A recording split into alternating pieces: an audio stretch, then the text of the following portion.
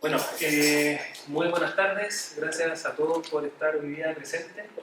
Tenemos un invitado muy especial para la charla de hoy, de este seminario de física. En esta ocasión, nuestro invitado es alguien muy conocido por nosotros, muy querido, el profesor Roberto Rodríguez.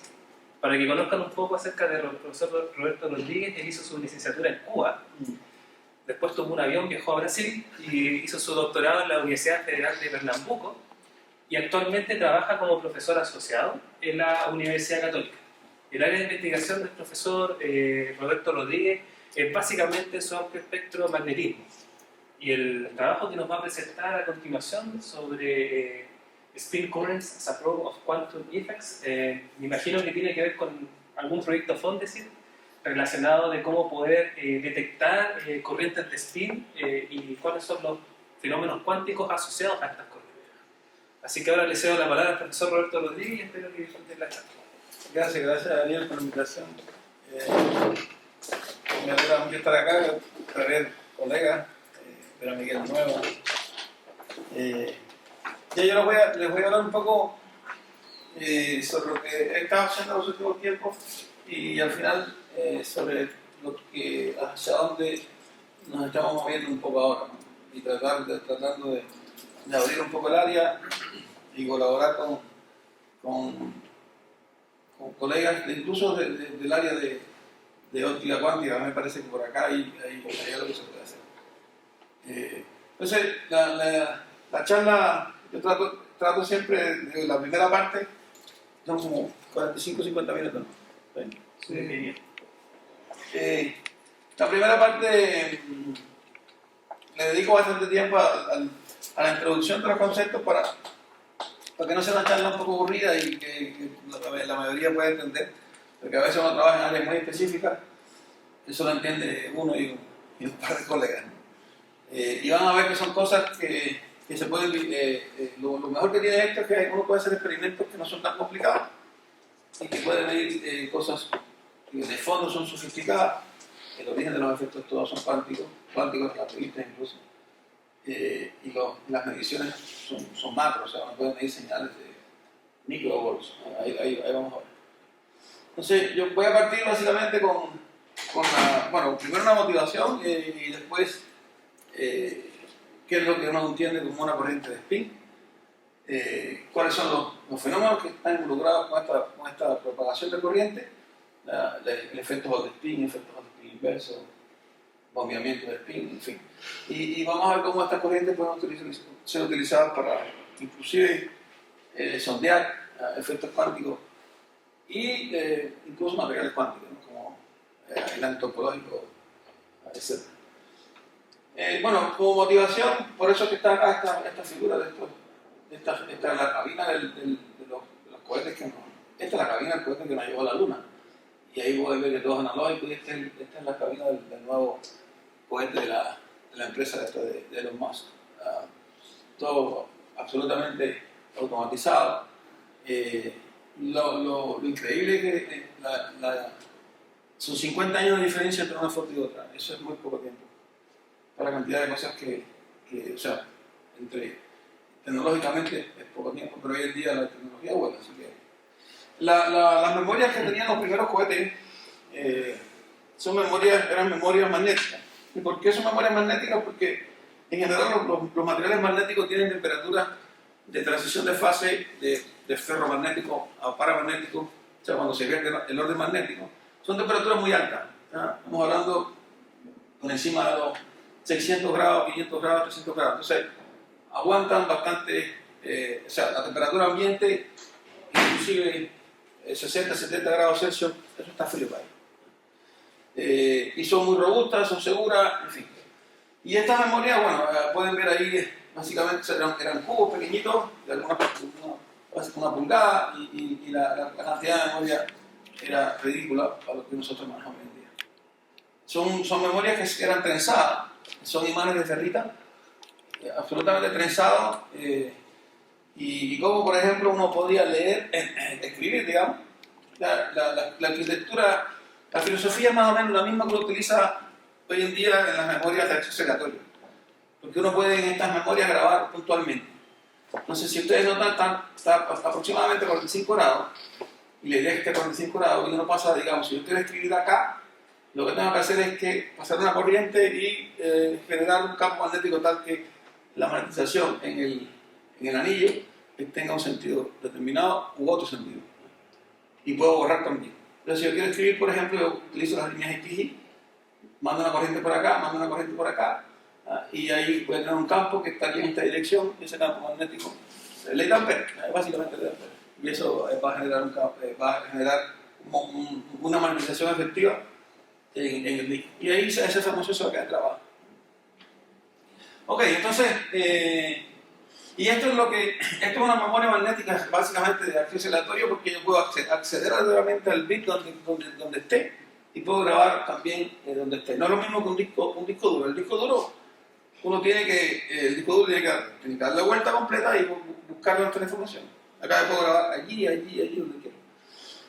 Esa es la misma filosofía que tienen las memorias magnéticas actuales, las de acceso aleatorio.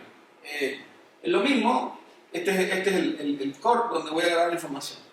Entonces, lo que utilizan estas memorias es 3 capas. Una capa magnética, un separador no magnético, que puede ser cobre, por ejemplo, y otro separador. Evidentemente, esto tiene que ser de un tamaño reducido. Estamos hablando de, por ejemplo, aquí esta barra de aquí son 50 nanómetros. Y es impresionante el detalle con el que se consigue construir estas válvulas. Y básicamente, si uno saca la cuenta, tengo 3 centímetros por 3 centímetros. 3 centímetros en 50 nanómetros sería, puedo almacenar 6 por 10 a la 15 cosas de estas en una línea. En 2D estaríamos hablando de 360 gigabytes. Y eso es hoy en día alcanza, no solo alcanza, o sea, hoy en día estamos en los teras. La gran ventaja que tienen es que, de nuevo, son muy robustas, son rápidas y son de acceso aleatorio.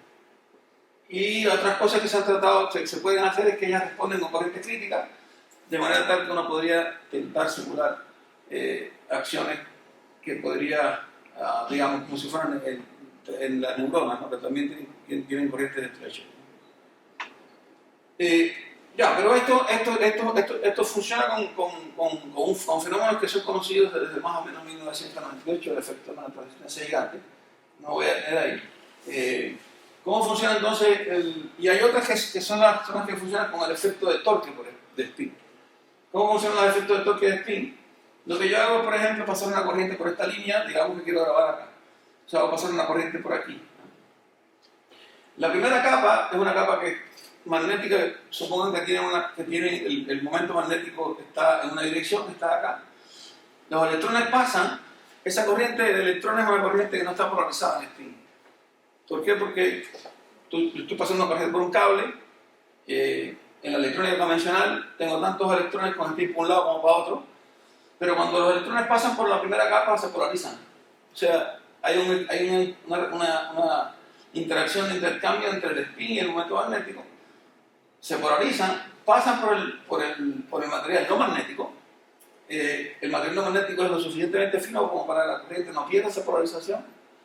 Y cuando llega a la capa de arriba, si la capa de arriba, por ejemplo, tiene el momento magnético en este sentido, le aplico un torque, ¿okay? Le aplico un torque y ahí puedo girar la magnetización de la placa de arriba. Y eso se puede hacer. Las corrientes no son muy altas, son de algunos miliamperes, ¿no? Lo que es muy alto es la densidad. Y la densidad es alta porque, claro, tengo 50 nanómetros acá. Entonces, estamos hablando de 10 a la 8 amperes por metro cuadrado. Pero eso son corrientes de densidad alta, pero al final son corrientes bajas. Menos de miliamperes. Ok, y estos son, de nuevo, son memorias que se pueden utilizar. La gran ventaja que tiene, y esto es algo que se está trabajando hoy en día, es colocarlas dentro de los chips. Entonces, porque una de las cosas que ralentiza o hace más lentos los procesos de los computadores que tienen que comunicar la memoria con el chip. Y en ese proceso se pierde tiempo. La idea es meterlo todo en el mismo core. Y ya hay empresas que trabajan con esa tecnología que se llama, no me acuerdo ahora cómo se llama, es in-memory computing, pero es metido dentro. Y claro, todo lo que estamos viendo en este mercado es la inteligencia artificial. ¿Sí? Hay mucha plata metida en desarrollo de inteligencia artificial, muchísima plata, son billones de dólares. Y todo esto mueve la industria, la ciencia básica fundamentalmente. Ok, pero eso como motivación. Pero lo que nosotros hacemos acá básicamente es generar corrientes de spin. Esto que pasa por acá, una vez que se polariza, es una corriente de spin. En este caso es una corriente de carga polarizada en spin. Pero yo les voy a hablar de otro tipo de corriente que es un poquito más sofisticada. No es más sofisticada, es más chora, en el sentido de que no tengo que mover carga en realidad, pero puedo mover información. Y ahí viene el concepto de corriente de spin. ¿Qué es lo que es una corriente de spin? Bueno, el spin es momento angular, así que una corriente de spin es un flujo de momento angular. Eso es básicamente una corriente de spin. Después vemos cómo generamos ese flujo. Pero si estoy moviendo un momento angular, estoy generando una corriente de spin. Y aquí hay dos conceptos, ahí los quiero llevar al concepto de cómo escribir la corriente de spin. Porque cuando uno entiende eso, uno después ya puede entender cómo es que la podemos generar en el laboratorio. Y hay dos conceptos básicos que los físicos les pasamos un poco por arriba en los cursos, que es el potencial químico y la densidad de estado, que lo vemos en los cursos de profesores de mecánica estadística, pero también en física de estado sólido, que yo lo he estado impartiendo ahora en los últimos tres años. Y de mecánica estadística más o menos, o sea, uno sabe que hay una relación entre potencial químico y concentración de portadores. Es fácil, o sea, no es muy complicado explicarlo. Lo que uno quiere básicamente es, yo tengo una fuente y tengo un drenaje y quiero hacer pasar una corriente por un canal. Eso es lo que uno quiere básicamente. Entonces, lo que uno hace es escribir la concentración por ejemplo, en el caso de electrones. La concentración, fíjense que esto que está acá es densidad de estados, o sea, el número de estados por energía, así que esto que está acá es el número de estados. Eso más o menos lo que me está diciendo es el número de sillas que tengo aquí en la sala. Y esta es la probabilidad de que la silla esté llena o vacía. Y lo que hago entonces es integrar en energía. Esto está por unidad de volumen, por eso es concentración. Ya, la función de distribución, la función esta ya lo conocemos, la función de Fermi-Dirac, que es pronunciada aquí cerca del nivel de Fermi. Ok, entonces, cuando yo genero una corriente, de cualquier cosa, yo lo que hago es cambiar el número cambio la concentración. Por ejemplo, si yo quiero generar una corriente de oxígeno, o sea, de moléculas de oxígeno, yo tengo mucho oxígeno aquí y poco oxígeno allá. Ya, yo voy a tener una corriente de moléculas de oxígeno. Tengo mucho aire aquí, poco aire aquí. Ahora la compuesto, va a haber una corriente. Yo tengo muchos electrones aquí, pocos electrones aquí. ¿Cómo lo hago? Con una batería. Generar una corriente. Entonces la batería lo que hace es básicamente mover la concentración. Y eso se traduce, ahora lo vamos a ver, en mover los potenciales químicos. Entonces, ya, si yo quiero cambiar la concentración, lo que estoy cambiando es la función de distribución. O sea, le estoy diciendo, voy a cambiar la probabilidad de que haya o no haya electrones en un cierto lugar. Este cambio lo escribo como una derivada. F en E más delta mu menos F en E. Esta es la función de distribución en equilibrio. Esta está fuera de equilibrio. En general lo que uno hace es calcular esto, pero no lo voy a hacer resolviendo la ecuación de Boltzmann. Y esto lo escribo como una derivada. Ven, es F menos F0 partido del delta mu. Va a quedar de F de mu. Y con la estructura que tiene, esto es menos de F de E. Entonces esto lo voy a escribir acá como df de E de mu. Y si ustedes notan, esta es la derivada de la función. Y la derivada de esto es un pico aquí. O sea, está muy centrada en el nivel de Fermi. Y como está muy centrada en el nivel de Fermi, ahí puedo decir, ya, esto es como si fuera una delta de Dirac. Entonces esto es aproximadamente igual, o aplico el teorema de valor medio, ¿no? Esto es aproximadamente igual a la densidad de estado en el nivel de Fermi por el delta 1. Entonces, lo que obtuve acá es una relación entre el cambio en el potencial químico y el cambio en la concentración, que es lo que uno más o menos sabe de estadística. Si cambia el potencial químico, cambia la concentración de partículas. O sea, esto es como el huevo y la gallina, ¿no? ¿Qué es primero, el huevo o la gallina? Bueno, el potencial químico es el concepto que está de fondo.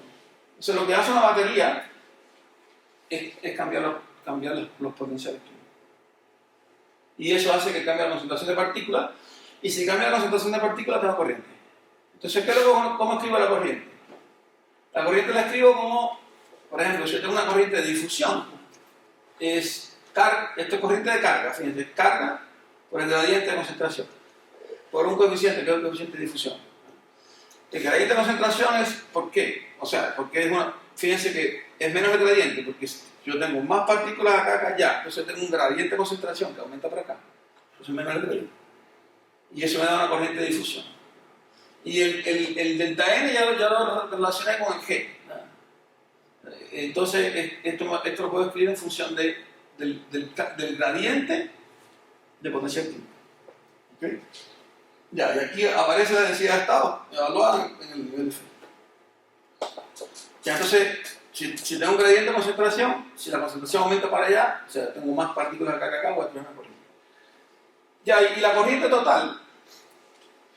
Ahora viene una relación que uno la ve en los cursos también de estadística o de sólido, que se llama relación de, bueno, ahí van a ver personajes.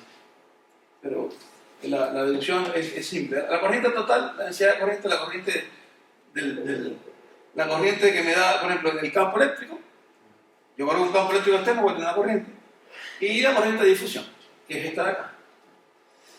Ahora, esto es potencial químico. Potencial químico, la palabra potencial no es buena porque no es potencial, es energía. Y energía y potencial eléctrico es energía partido carga. Si multiplico por la carga del electrón y otra carga del electrón, es potencial eléctrico. Y que me queda menos el cuadrado.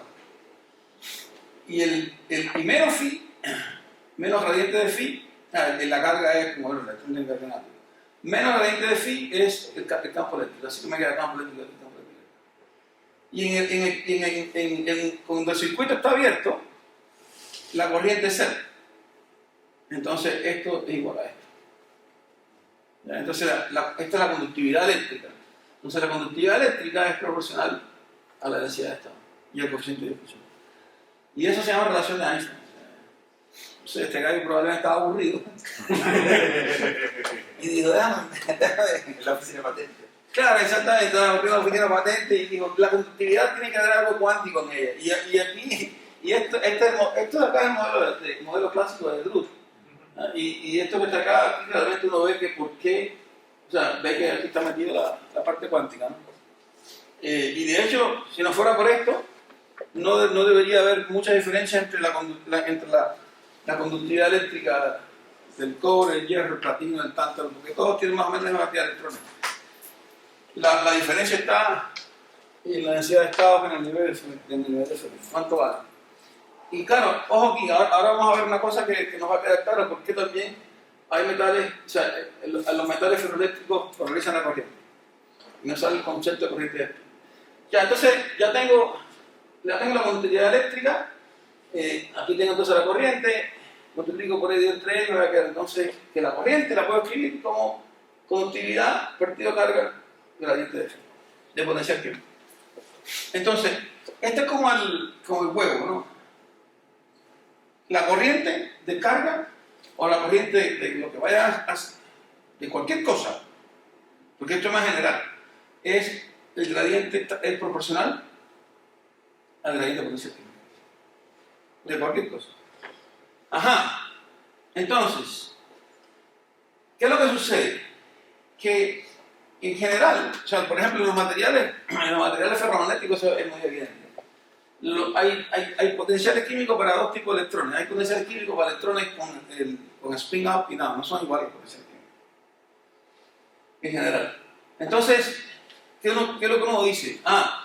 Esto es lo que se llama modelo de los dos canales. Uno dice que ya, yo voy a tener una corriente de electrones con spin up y voy a tener una corriente, yo digo corriente, pero esta es densidad de corriente, con electrones con un spin down. Cuando uno toma un cable de cobre y lo conecta a una batería y genera una corriente, en el cable, en el cobre, los electrones que se mueven, el número de electrones con spin up es igual al número de electrones con spin down. Eso, porque si no tuviera una corriente polarizada, eso. Pero en general uno podría tener una situación, imagínense que tengo una situación en que el potencial químico no es el mismo para electrones con spin up y spin down. Ahora, me voy a concentrar en los materiales no magnéticos, así que la conductividad de los dos canales es la misma. Y voy a escribir entonces la corriente de carga. ¿Qué es lo que es la corriente de carga? La corriente de carga es J up más J down. Claro, yo estoy mandando electrones por ahí para allá y esos electrones pueden tener spin up y spin down. Pero la cosa es que yo mandé 10 electrones y al final del pasillo tengo que tener 10 electrones. No me interesa cuál es el spin que tiene, pero si la carga se conserva. O sea, la corriente se conserva. La idea de conservación. Ok.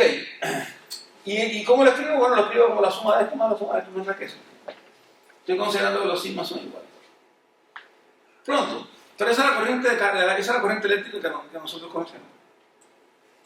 Ahora, supongan, ¿cómo nos define una corriente de spin? Ya, supongan que las corrientes no son iguales. Entonces, en vez de la suma, tengo la recta. O sea, tengo J con spin up y J con spin down. Si esas dos son iguales, la corriente de spin sale. Pero si son diferentes, puede que sean cero. Y nada, como le escribo lo mismo, y ahora me queda aquí mu más, o sea, mu up menos mu menos mu down, y eso lo voy a escribir, le voy a llamar acumulación de spin. ¿Ok? O sea, para no perdernos. Lo que hicimos fue escribir la corriente como el gradiente, proporcional al gradiente potencial químico. Y una vez que tengo eso, digo, ok, yo puedo tener entonces potenciales químicos diferentes para electrones con spin up y down. Y entonces la corriente, defino dos tipos de corriente. Una corriente de carga, que es la suma de los gradientes de los potenciales químicos, y una corriente de spin, que es la sustracción de esos gradientes. Ya, y ahora, viene en ese caso. Este caso es un caso en que tengo, supongo que yo tengo una caja. Esto es lo que nosotros hacemos en electrodinámica. En electrodinámica, ¿qué es lo que uno hace cuando escribe la ecuación de continuidad? Uno supone que tiene un volumen y que sale carga. Si sale carga es que tengo una corriente a través del volumen. Y esa corriente es proporcional entonces a menos la divergencia, perdón, la carga está cambiando, porque está saliendo carga dentro del volumen. Si cambia la carga es porque tiene que haber, o está entrando carga o está saliendo carga. Entonces el cambio de la carga en el tiempo, de la carga, en el curso de electrodinámica, es proporcional a menos la divergencia de la corriente. Ya, pero aquí, miren el caso acá. Aquí no está cambiando la carga. Porque aquí sale un electrón y entra un electrón. ¿Te das cuenta, no? Sale un electrón y entra un electrón, entonces la carga no está cambiando. Si no cambia la carga, entonces la corriente de carga es cero ahí. Si tú te paras aquí, tú dices, ¿cuál es el concepto de corriente de carga? El número de carga por unidad de tiempo. Ya, esto es cero, porque salió y entró, Ya, pero fíjense que lo que está pasando, está saliendo electrones con spin up y entrando electrones con spin down. O sea, se está polarizando la cosa. Con las sociedades les pasa eso a veces. Se polarizan. Miami es una sociedad polarizada porque se van toda la gente una spin up para Miami, entonces se polariza. Entonces, ¿qué pasa? Bueno, fíjense ahora, si yo la derivada del momento angular de S es distinta de cero. Porque está entrando, está polarizando, está entrando un momento angular. Está cambiando S. Si cambia S porque tengo la divergencia y esa divergencia es la divergencia de izquierda, de la corriente. Y este caso de acá es un caso muy espectacular porque en este caso no hay corriente de carga. Y sí hay corriente de spin. Entonces eso es lo que se llama la corriente pura de spin. Cuando uno habla entonces de corriente pura de spin, es que no hay corriente de carga. No voy a mover carga. Y eso es lo que uno quiere en electrónica, si quiere transportar información. Mover carga calienta los cables, tengo disipación y ahí tengo problemas. Y más cuando meto billones de transistores en una pulgada cuadrada, la cantidad de energía liberada por efecto Joule es fabulosa. Y eso es lo que uno quiere. Ok, ahora, o sea, ya tenemos el concepto de corriente de spin, entonces es J up menos J down. La pregunta es, bueno, está bien, pero ¿cómo la genero? Porque si es muy sofisticada esta cosa, debe ser complicadísimo generarla. Y en realidad, eso lo hacemos en el laboratorio. Vamos a ver varias formas de generarla. Una forma es esto lo podemos hacer ahora allí en la universidad porque hace un par de años llegó o sea, nos habíamos adjudicado un proyecto Fondetic y tenemos un equipo de resonancia magnética, de resonancia, bueno, los químicos lo utilizan como le llaman EPR, Electron Paramagnetic Resonance, y nosotros le llamamos, los magnéticos le llamamos ferromagnético. Entonces, ya, ¿qué es lo que hacemos nosotros en el laboratorio? Primero, imagínense que tiene un sistema en que uno tiene un filme, una camada de un material ferro muy fino. Algunos no. El hierro, la verdad, no necesitamos que sea fino, y tengo este material que es no magnético. Entonces, en la resonancia ferromagnética, lo que uno hace es que coloca los momentos magnéticos del material ferro, la magnetización, la precesión alrededor de una posición de equilibrio. ¿Okay? Entonces, ya, vamos a ver cómo escribir esto. Y yo lo que quiero ahora es escribir acá cómo cambia el momento magnético al tiempo. ¿Okay?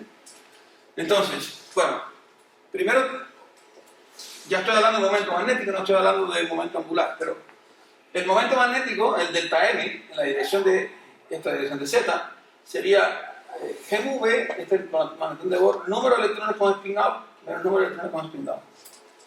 Si tengo más con spin out que spin down, voy a tener un momento magnético. Recuerden que hay una relación entre momento magnético y momento angular, el factor magnético. Ya, pero no se preocupen por estos detalles. Si tengo más electrones con spin out que con spin down, voy a tener una magnetización efectiva. GMV es gamma por H barra y gamma es el factor giromagnético. Y como yo digo a mis estudiantes, siempre que vean una H barra por ahí, eso es cuántico. Tiene el don de la ubicuidad. Algunos teóricos son tan atrevidos que hacen igual a H barra igual a 1, pero nosotros no. En el laboratorio no puede ser igual a 1. Y entonces tenemos acá, y fíjense, ¿qué habíamos obtenido? Habíamos obtenido que el delta N era proporcional al potencial, a la acumulación de potencial. Entonces ahora tengo una relación entre el momento magnético generado en desequilibrio, porque está presionando esto, con el potencial. Y ahí esto es una ecuación de continuidad. Porque ahora digo, el momento magnético es proporcional a... El momento magnético, o sea, es igual a gamma por el momento, en unidades, momento angular por gamma, que es factor magnético, es el momento magnético. Entonces esto que está acá, esta división que está acá, esto es momento angular. Entonces esto es el cambio de momento angular. El cambio de momento angular en S es proporcional a la corriente. Esto es una corriente que está polarizada en Z y tiene la dirección de X. Esa es la ecuación de continuidad, ¿eh? Pero el problema es que la corriente tiene dos problemitas. Bueno, una que es un tensor, porque necesito dos cantidades para escribirla. Una es la dirección de propagación, pero la otra es la polarización. Porque los electrones pueden estar polarizados así. Y la otra es que no se conserva. No se conserva ¿por qué? Porque en el trayecto en que un electrón sale de acá y llega allá, hay fenómenos de scattering. Y en el scattering yo puedo perder la memoria, el momento angular puede flipar. Entonces, ¿qué quiere decir eso? Que si salieron 10 electrones acá con spin out, cuando lo veo allá, puede ser que haya 5 con spin out, pero 5 con spin down. Y ahí ya no tengo corriente polarizada. Entonces, eso es proporcional, uno siempre lo escribe así, eso fenomenológicamente proporcional al tau, que es el tiempo libre medio. Entonces, 1 sobre tau la probabilidad por unidad de tiempo de que es un fenómeno de spin free. Pronto, y ahora esto, la corriente ya la tengo. La corriente es, lo habíamos visto, que era H barra sobre E. Esto ya es corriente de momento angular, ¿ves? Porque esto es corriente de carga, es carga partido tiempo. Divido entre carga, saco la carga, y esto es momento angular por segundo. Entonces, esto es energía por segundo. Entonces, me va a quedar, esto lo meto acá. y me queda entonces, aquí me queda la ecuación. Y más o menos ya uno va imaginando por dónde va la cosa, porque tengo aquí tengo algo, bueno, ahora vamos a ver. Y ahora vuelvo a la relación de Einstein famosa, y la meto ahí, y obtengo una ecuación para, ¿ven? De mu va con mu, y ahí se cancela todo, no olvídense los detalles, no es importante. Lo importante es que con conceptos básicos, que es el concepto de, fíjense que aquí no hay una física sofisticada. Esta es la ecuación de continuidad. Aquí lo que tengo es que diciendo que no hay conservación de la corriente. Esto que está acá es cómo escribir el momento magnético en función del potencial químico y trabajar con la relación de Einstein. Todo lo meto ahí.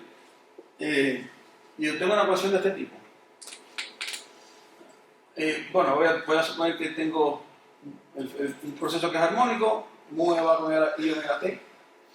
Y claro, y ahora supongo que la frecuencia de precesión es muy pequeña comparada con el spin flip. La frecuencia de precesión acá de resonancia son de los gigahertz. Y estos spin flip están en el orden de los picosecunds, así que estamos bien. Y obtengo esta ecuación, y esta es una ecuación de difusión. Y claro, es lo que está pintado acá. Lo que yo estoy generando cuando aquí hay electrones que están en el metal magnético que van a tener procesos de spin flip con esto de acá por el change. Entonces aquí en la interfase yo estoy generando más electrones con spin out que con spin down. Y como tengo más electrones con spin out que con spin down, pues se difunden. ¿Y se difunde qué? Se difunde el momento angular. Y es una corriente pura de spin. Entonces, lo que estoy haciendo con eso es generando una corriente pura de spin. Ahora, ustedes me dirán, ¿cómo puedo saber eso?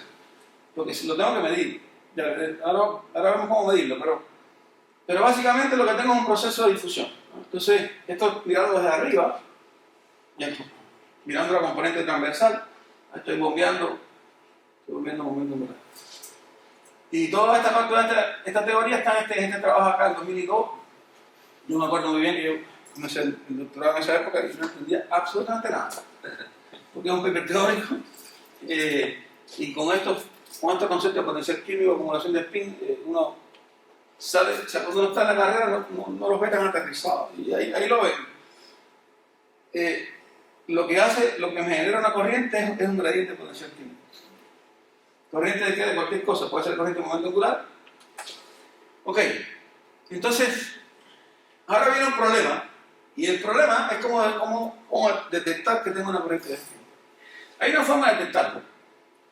Indirecta. Y es que si ustedes se dan cuenta, en la ecuación que escribimos acá, el dB de t, esto que está acá está relacionado con las pérdidas en el sistema.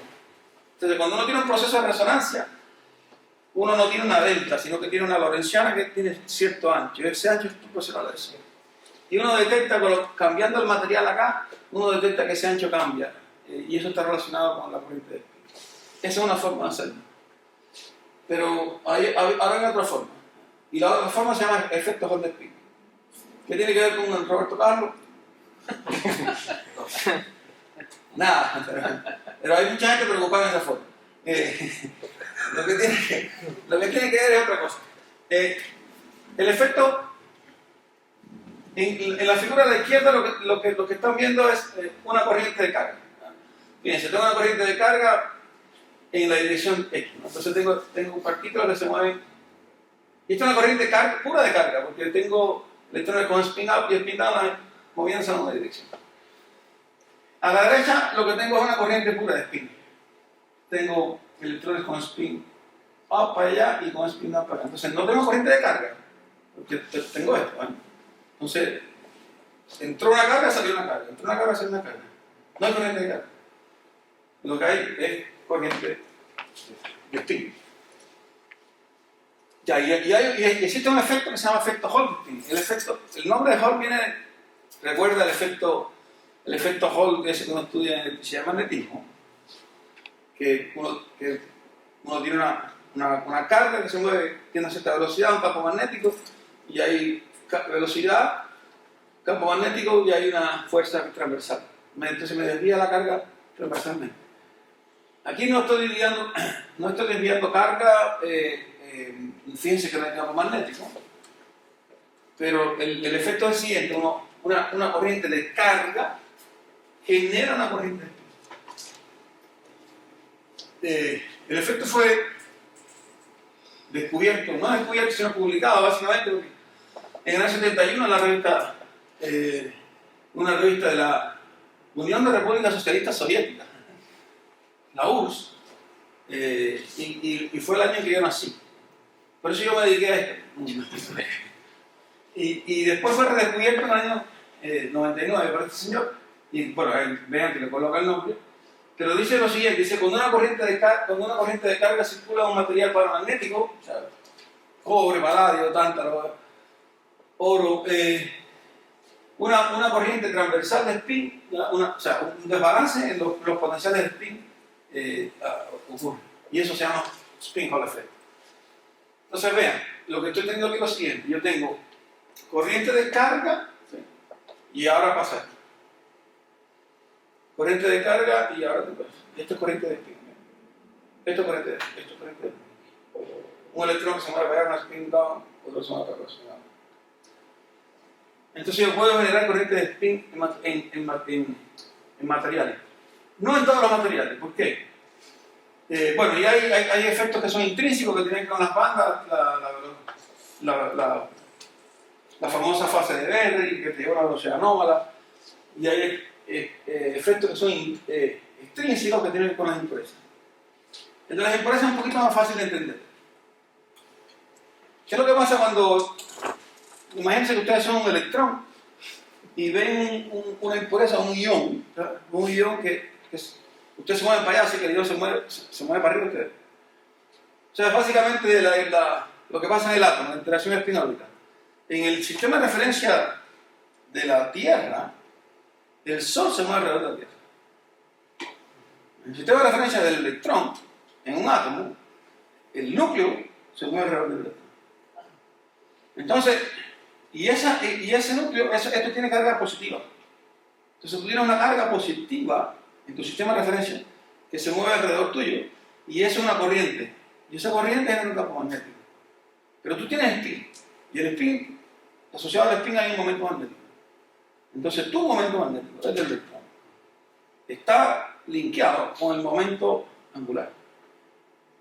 Entonces eso es lo que se llama interacción spin. Entonces en el sistema de referencia del electrón él ve un campo efectivo que es proporcional, y esto es proporcional al producto del campo eléctrico, que es el que hace que el electrón se mueva, por el momentum P. Y fíjense que hay un producto vectorial ahí. Y el hamiltoniano, entonces uno puede escribir esto como si fuera un campo magnético efectivo. Entonces lo escribo como, eso es interacción sigma, ¿ves? Escribo como campo, esto es energía, ¿ves? Es campo por momento magnético. Y entonces, y ahí, si uno, aparece un término anómalo a la velocidad. Porque la velocidad es esto, sería esto uno lo puede reescribir, aquí puede cambiar el P para afuera. Y te queda, este es el término de velocidad normal, ese peso de m, h barra k partido de m, eso es velocidad, y ahora tengo un término que es anómalo. Z es la dirección del campo eléctrico, y sigma la polarización, esto es la dirección del campo, y tengo una cosa transversal. Entonces, este término de acá me genera una velocidad anómala. ¿Y depende de quién? Depende de la polarización del spin. O sea, el spin que esté para acá, sea para acá, y que esté para acá, sea para acá. Y ahí tengo esto. Podría ser yo también, pero es más difícil. O sea, que puedo generar una corriente de spin en un metal. Ahora, esto que está acá, la interacción spin-órbita, y esto viene de la ecuación, esto es un efecto cuántico relativo. Y esto, claro, evidentemente, esto uno lo observa en metales pesados. Y efectivamente, cuando uno mide, uno, por ejemplo, hace el experimento con cobre y lo hace con platina, con cobre no hay prácticamente nada. Solamente lo ve con la platina, el tanto del paladio, los metales que son pesados, pero tienen un problema, son carísimos. Y después, al final, les hablo un poco de una nueva, hay la perspectiva que tiene de abaratar costos, básicamente. Ya, pero esto es una forma de generar una corriente de spin. ¿Ve? Porque tengo una corriente de carga que genera una corriente de spin. Y también lo puedo hacer con resonancia ferromagnética. Pero ¿cómo la detecto? Ese es el lío. Ya resulta que y es una cosa que uno tiene siempre que estar de ojo, que cuando uno tiene un efecto, si se cumplen ciertas relaciones que se llaman relaciones de Onsager, ya no sé, he tratado de hablar en el texto, no lo entiendo bien todavía. El efecto contrario existe también. Por ejemplo, si uno, para que vean un ejemplo de este tipo de relación, el efecto Seebeck clásico es que cuando uno tiene una diferencia, un gradiente de temperatura y genera una diferencia potencial. Es decir, el Peltier es el contrario. Una diferencia potencial genera una diferencia de temperatura. Son efectos que van así. Entonces, el que vimos ahora se llama efecto Hall de spin, que es una corriente de carga genera una corriente de spin. Ya, el otro efecto es el efecto inverso. El efecto inverso es que una corriente de spin genera una corriente de carga. Los dos efectos, hay una relación entre los dos. Lo que estoy diciendo con el efecto Hall de spin es que la corriente de carga genera una corriente de spin. Carga, spin. Y con cierta simetría, o sea, esto, una corriente de carga en X y una corriente de spin en Y, y este θ que está acá se llama ángulo Hall, es para establecer la diferencia entre los dos. En general, los metales es de menos del 10%. Y existe el efecto inverso. Una corriente de spin genera una corriente de carga. O sea, es esto, básicamente. Una corriente de carga genera una corriente de spin, una corriente de spin genera una corriente de carga. Eso. Entonces, y claro, ahora ya tengo el efecto inverso. Ya tengo el efecto inverso, así que yo sé que la corriente de spin puede generar una corriente de carga. Y ahora vamos a los experimentos. A partir de ahora, como yo digo a mis estudiantes, coser y cantar, pues ya más o menos entendemos cómo en un laboratorio yo podría medir una corriente de spin. ¿Cómo?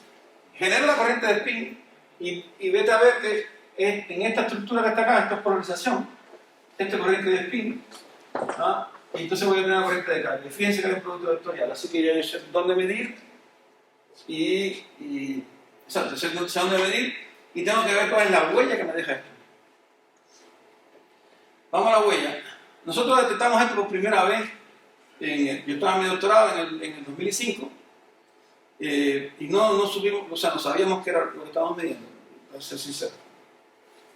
Yo podría decir ahora que sí, hemos descubierto varios efectos.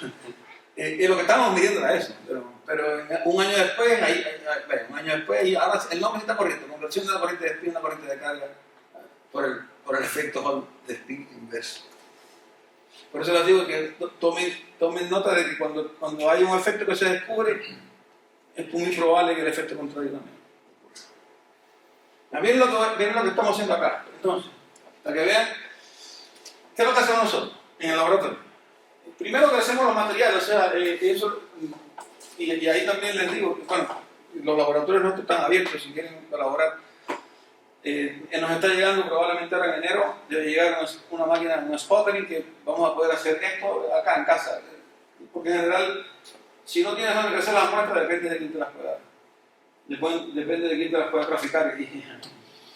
Pero mejor tenerlas. Cuando uno produce, mejor. Entonces, esto que está acá es un material que es un material ferromagnético. En realidad es férrico, pero eso no importa ahora, que es aislante. Es Yttrium Iron Garnet, pero es aislante. ¿Por qué aislante? Porque no quiero que haya efectos de espullo acá, quiero que el reflex me crea. Y acá hay un material no magnético, pero es un material pesado, por ejemplo, platino. Ok, entonces ¿qué nosotros hacemos? Colocamos esta resonancia ferromagnética. Y ahí con el momento magnético va a procesar. Cuando eso ocurre, inyecta hacia arriba una corriente pura de spin. Eso es lo que me dice la teoría. Ya, entonces, miren acá. El campo magnético está para acá. Entonces quiere decir que la polarización de la corriente de spin está así. La dirección de la corriente de spin está arriba. Entonces tengo corriente de spin hacia arriba polarización, para acá, chup, si mido, y eso se convierte en una corriente de carga. Si coloco dos contactos aquí, transversales, ¿ves? Aquí, si los coloco aquí, deberíamos medir un voltaje.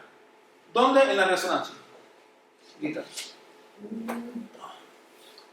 Microvolts. Ajá. Invierto el campo. Si invierto el campo, invierto la polarización. Se invierte la corriente. Entonces tiene que cambiar de signo. Aquí está. Ajá. Porque fíjense, aquí hay que tener mucho cuidado. Yo puedo tener cosas clásicas metidas ahí, de calentamiento, en fin. Pero ahora hago la última prueba. En vez de medir aquí, voy a medir aquí. No veo nada. ¿Ven? Entonces, esta medida que está acá, esto es descrito completamente por otra cosa. Entonces tengo una corriente de spin pura que está siendo convertida en una corriente de carga. Y eso lo hemos medido en materiales ferromagnéticos, por ejemplo, el permaloy, que es una liga de hierro níquel, en la platina, en el tántalo, en el paladio. Y otra cosa bonita que tiene es que se sabe que hay materiales que tienen ángulos Hall de spin contrarios en sí, ¿no? Y se miden cuidando la polaridad y da trabajo. Esto es lo mismo, o sea, otra medida. Ven ahí, a partir de ahí uno comienza. Esta es la época de las vacas gordas, ¿no? O sea, que uno publica 4 o 5 papers al año. Solo haciendo esto. Lo que pasa es que la comida después se acaba. Porque ya mucha gente lo hace. Lo mismo, ¿ven? Y entonces aquí lo hacemos en función de la potencia, porque la teoría nos dice que la señal debe ser proporcional a la potencia, y ahí una línea, todo, maravilloso. Y siempre hay que hacer esto, hay que invertir el campo.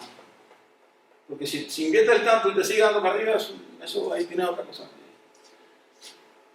Ya, ahora, ¿qué pasa? Hay otra forma de generar corriente de spin en materiales ferromagnéticos aislantes. Y es esta de acá, o sea, vamos, es hacer cambiar el momento angular. Y lo puedo hacer a través de ondas de spin. ¿Ven? Entonces, lo que uno hace es, por ejemplo, imagínense que yo cambio las ondas de spin, o sea, ahora estos son bosones. Entonces, hay una. Uno puede, a ver, por ejemplo, imagínense que yo tengo esta corriente de spin en la dirección Z propagándose hacia allá. O sea, polarizada en esa dirección. Tengo esto, una onda de spin. Y entonces esto es, ¿qué es lo que esto es densidad de corriente? Esto es momento angular partido tiempo por 1 partido área. Multiplico por la L y dividido entre L. Aquí tengo entonces 1 sobre V. Esto es momento angular partido tiempo por L y L partido T es V. Y lo que hicimos ahí fue el mismo ejercicio que uno hace en el curso de electricidad y magnetismo, donde obtiene que J es igual a la carga por la concentración de electrones por la velocidad. Es lo mismo. Lo que después uno hace en física del sólido es que suma en cada momento un K.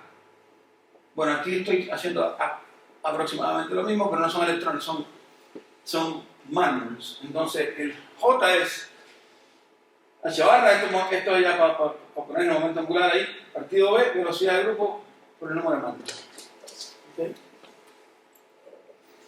Y entonces, ¿cómo yo puedo generar una corriente de spin en un material aislante?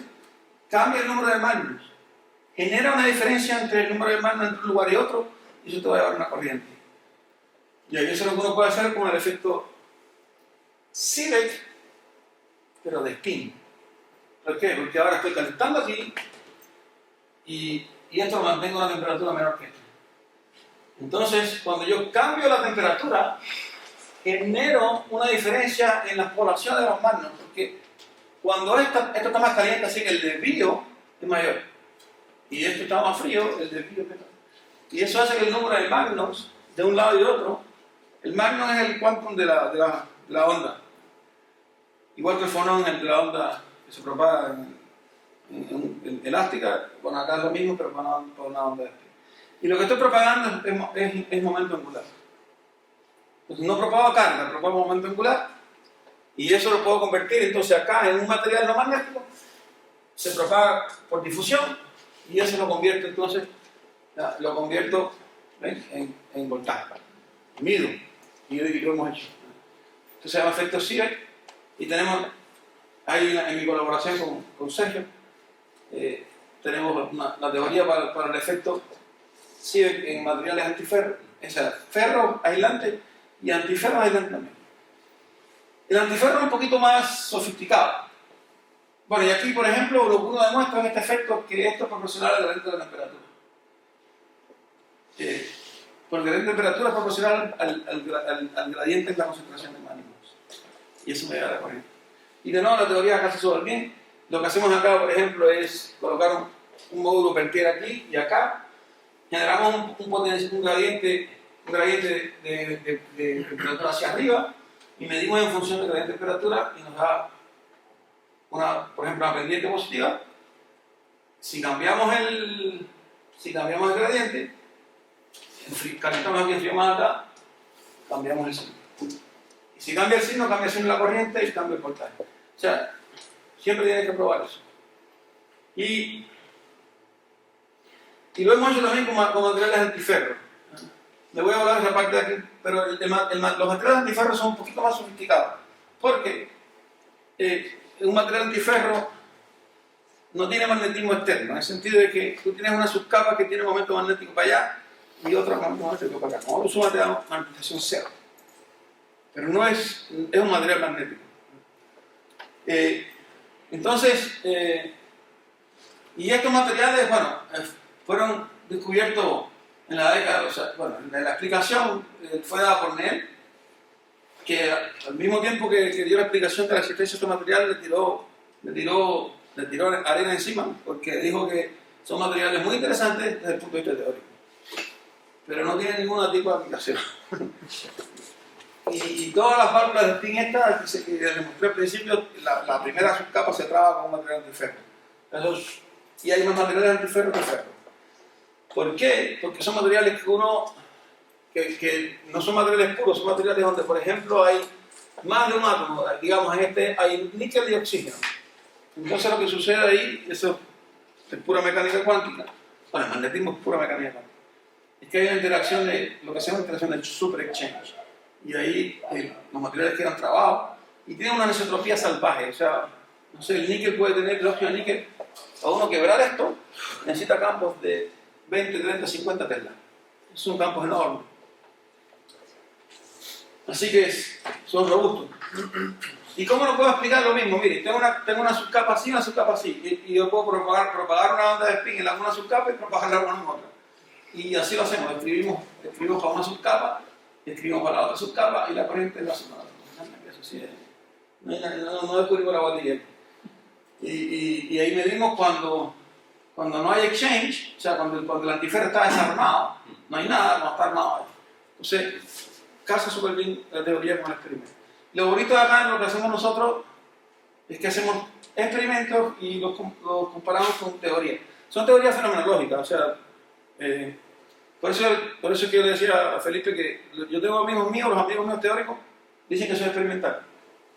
Mis amigos experimentales dicen que soy teórico. No estoy bien definido. Ok, para terminar, todas estas cosas sirven para poder, por ejemplo, utilizarlas como sonda para estudiar materiales más sofisticados. Por ejemplo, materiales que representan efectos Rational. En los aislantes topológicos uno ve este efecto. Uno podría, en principio, uno podría generar, imagínense que uno tiene una corriente. Lo que pasa en estos materiales hamiltonianos me lleva a que traba el momentum, o sea, el momentum P con el spin. Lo que se llama spin momentum locking. Entonces, el spin se traba con el momentum P, se traba con el spin, y eso genera acumulación de spin en interfaz. Entonces, si uno tuviera un aislante topológico, uno podría generar una corriente en el aislante y ver si eso genera acumulación de spin, y si genera acumulación de spin, propaga corriente de spin. Porque uno de los desafíos cuando uno crece estos materiales es cómo medirlo. Y una forma de medir y saber que tiene un aislante topológico haciendo ARPS, es Angle Resolve for Emission Spectroscopy. Son técnicas carísimas, uno lo opera en general en ciclotrons, y aquí en América del Sur hay un solo lugar donde se podría hacer, que es en Brasil. Y no sé si todavía está operativo. Ya, esto básicamente es lo que me genera el rayo, ¿no? Me genera acumulación de spin. Acumulación de spin, gradiente, corriente, y ahí te lleva todo. La otra cosa que estamos haciendo ahora, que yo estoy entrando, en realidad esto ya tiene como 10 años, estoy entrando un poco atrasado, y es que nosotros hemos detectado conversión de corriente, ya hay papers sobre esto, ¿no? De corriente de spin en materiales que no tienen interacción spin-órbita, porque la interacción spin-órbita es muy, muy baja. Por ejemplo, en el cobre es un material, uno debería ver, no debería haber en la resonancia ferromagnética, no debería haber ningún pic de este tipo, de voltaje. Recuerden cómo yo tengo que colocar dos contactos arriba de la muestra. No piensen que estas son muestras extremadamente, o sea, aquí no hay nada litografado, estas son muestras de 2 milímetros por 2 milímetros. Y le colocamos contacto con, no lo puedo decir aquí porque están filmando, no, mentira, con tinta de plata. Con mucho cuidado, pero y vean que vemos tensión en óxido de cobre, y lo que está pasando ahí es otra cosa, es que en el óxido de cobre la corriente no es una corriente de spin, es una corriente de momento angular, de L. Entonces toda esta parte es nueva. No se sabe todavía muy bien cómo es que en el mismo cobre uno convierte la corriente angular de spin en corriente de spin. Perdón, angular de spin, corriente angular, de momento angular en corriente de spin. Pero las medidas están ahí, lo están diciendo súper claro. Y la otra cosa que estamos, que es una colaboración que estamos ahí comenzando poco a poco con Jerónimo, es colocar encima de la muestra magnética un defecto de diamante. Esto es una medida, por ejemplo, de cuál es el desvío en la fluorescencia. Esto es lo que detecta Luis acá, en el defecto. Y lo que hacen los chicos acá es que lanzan los nanodiamantes encima de la muestra magnética, buscan el efecto, tienen sus detallitos experimentales, y ven la fluorescencia, y cuando se interactúa con campo magnético hay un splitting. Y ese splitting es proporcional al campo, pero al campo local. Y aquí estamos viendo que esto es una función de lo que ve esa separación en función del campo magnético. Entonces estamos haciendo una especie de especie local. Nuestro sueño sería poder, por ejemplo, detectar indirectamente corriente de spin. Pero tenemos que comenzar por acá, entendiendo bien el sistema, y yo creo que podemos apuntar después, por ejemplo, a ver corrientes. Por ejemplo, si uno tiene un aislante topológico en 2 dimensiones, las corrientes en esos aislantes topológicos están en los bordes. Y si hay corriente en el borde, va a haber campo magnético. Entonces yo podría pararme arriba del borde. Y eso habría que hacerlo con un FM que tenga en la punta un efecto de diamante. Te paras arriba del borde y deberías ver algo. Si hacemos eso, estamos listos. Porque no habría que hacer artes, o sea, no habría que ir a una técnica súper sofisticada para decir, efectivamente lo que tienes ahí es un aislante topológico. Porque uno de los problemas serios es, ok, ¿cómo yo te puedo decir, ya, yo crecí este material, y ese material es un aislante topológico? No sé, es tan complicada cuando uno trabaja con materiales en el orden de los nanómetros, hay problemas de superficie, rugosidad, la rugosidad te puede destruir todo, en fin, contaminación en la cámara, en fin. Eso. Gracias.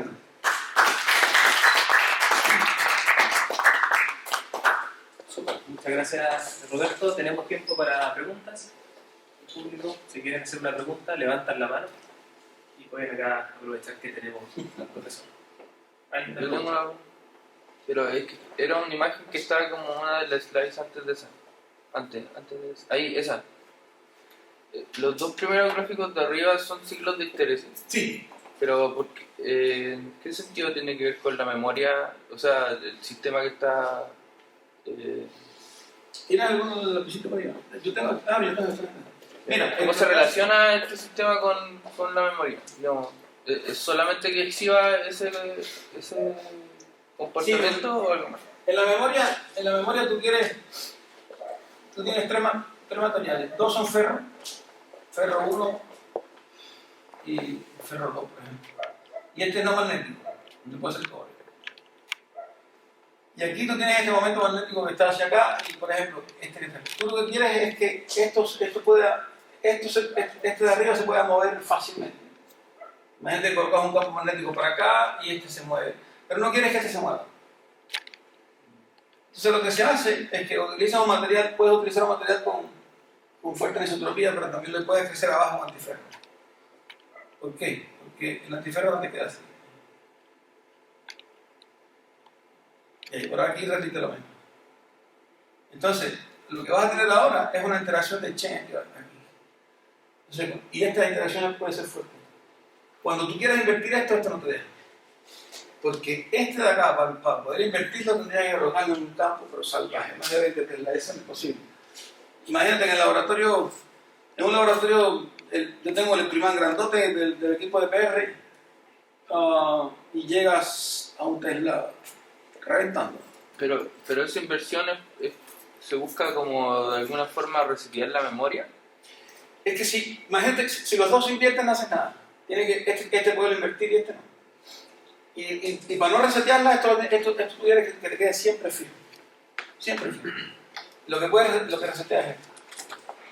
Cuando tú quieres que esto tenga una isotropía fuertísima, cuando digo isotropía fuerte, claro, es cuando tú aplicas un campo magnético externo, que no lo puedes ya ver. Y que sea también, por ejemplo, estas memorias pueden trabajar con temperaturas altas, entonces, eso es la otra, tienes que tener transiciones de fase, temperaturas mucho más altas que esa para que el sistema se mantenga, desde el punto de vista energético, frío. Pero en el tiempo es no volátil, en el sentido de que no pierde la memoria. No pierde. Ah, ya. Y esa es la gran ventaja que tiene sobre otras memorias. Yeah. Pero acá en este caso lo que hacemos es ver que el sistema, cuando tienes el ciclo de hipéresis corrido, es que el antiferro, o sea, el material antiferro está en estado antiferro. Y acá no está, porque el ciclo no está corrido. Entonces medimos y no vemos ninguna señal. Eso quiere decir que como el antiferro está desordenado, no propaga corriente de frío. Y cuando está ordenado, sí.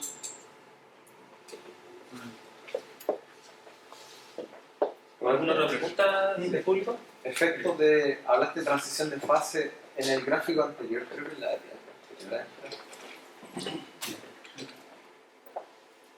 No hay puntos críticos donde pueden coexistir ambos comportamientos, es decir, no, un poco anterior. Dice aquí. No, por ahí. No. Pero hay efectos cercanos a transición de fase donde el sistema pierde. Nosotros no, es algo que lo están intentando ahora también. De hecho, es una de las cosas que queremos ahora con Sergio explorar. Ya hay algunos papers sobre eso, es propagar corriente de spin en paramagnetos. Ellos lo que es un experimento que yo quiero hacer también es esto, porque lo han hecho cambiando la temperatura. En materiales antiferros que tienen transiciones de fase cercanas a temperatura ambiente. El problema es que a los que yo tengo acceso son a este y a otro más, que tienen las transiciones muy altas. Entonces, pero lo que hacen es que ven cuando cambia de antiferro a para. Porque el ejemplo que tú hablas es donde le aplican temperatura de un extremo a otro. Ya. Esa figura, la anterior, la siguiente. No, un poco más. Ya, ¿Ese cambio de temperatura es gradual linealmente o los colocan directamente en los extremos? No, si no aplicara la temperatura gradualmente ya corriendo en realidad el gradiente es súper chico, son 5 Kelvin de gradiente. Sí. Pero es suficiente como para Suficiente como para generar eso. A eso voy. Sí. Porque si yo coloco la temperatura, eso al medio de esa estructura, ¿qué ocurre? Si colocas... Porque lo estoy colocando en los extremos. ¿Qué pasa? ¿Qué efecto ocurre si lo coloco justo al medio? No, aquí también hay gradiente. Ya. Sí, aquí, de hecho lo que uno hace es que a veces, bueno, es que le conté la mejor parte del... Pero lo que uno hace es que uno coloca un peltier acá y un peltier acá. Primero tienes que calibrar el peltier para saber la temperatura que tienes ahí. Se coloca pasta térmica para que también y sabes cuál es la temperatura que tienes acá y cuál es la temperatura que tienes acá.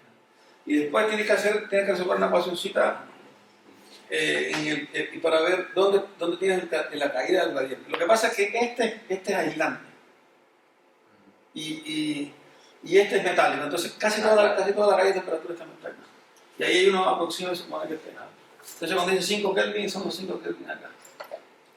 Pero ya nos equivocamos una vez, porque aquí abajo teníamos otro material. En realidad le colocamos un tipo de pasta que tenía una conductividad térmica absurda, y estábamos reportando que había temperatura que no era. Estaba cayendo mucho tierra. Pero son muestras que uno puede crecer, ya les digo, son 3 milímetros por 3 milímetros, no hay tantas cosas súper hiper sofisticadas que no se puede hacer en el laboratorio. Y ahora estamos en un buen momento porque tenemos los equipos con lo que hemos ido ganándonos con los Fondekip y los Fondesit. Porque con los Fondesit uno lo que va haciendo es te compra una fuente, un imán, después te compra. Y en 15 años ya tenías algo. Oye, y yo no soy experto, pero ¿cómo pueden detectar una transición de fase?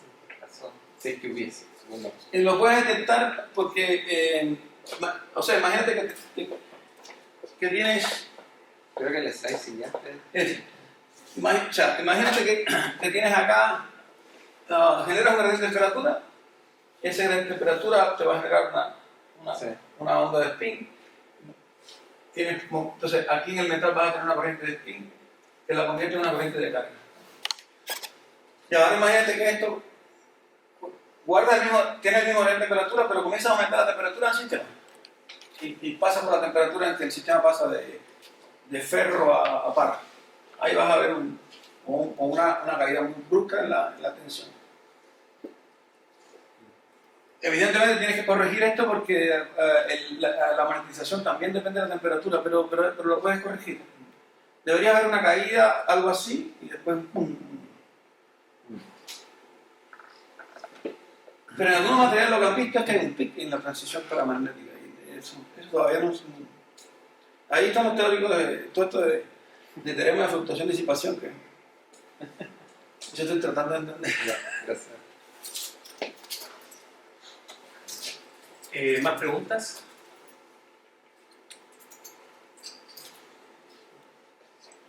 Yo tengo una pregunta, Roberto. En la última diapositiva, cuando mostraste el experimento para poder medir, si no me equivoco, eran las corrientes de carga en los bordes, ¿cierto? No, bordes. Claro. En ese experimento, en esa figura que sale como en la parte superior derecha, sale como esta típica punta de diamante donde uno como que coloca, o idealmente debería saber como un defecto ahí para poder medir.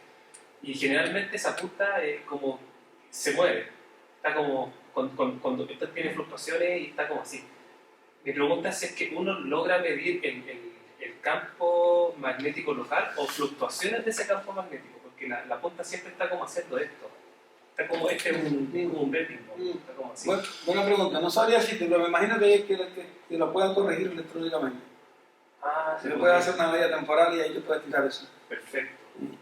Pero no hemos conseguido hacer esto todavía porque las puntas. O sea, sí, y esa es la otra pregunta: ¿cuál es la dificultad experimental que han tenido para hacer ese.? Las puntas son muy caras y Jero tuvo algunos problemas con el AFM. El módulo de acercamiento no estaba funcionando bien y le partía las puntas. Cada punta de parte son con $4,000. Entonces, hasta que no esté bien seguro asegurada la cosa, no se puede andar más. Pero yo sé que el Jerónimo está montando, aparte está montando un sistema, porque va a poder medir en la temperatura y todo. Hecho en casa. Eso es por ejemplo experimental de verdad. ¿Alguna otra pregunta del público? Bueno, si no hay más preguntas, entonces démosle un fuerte aplauso, profesor.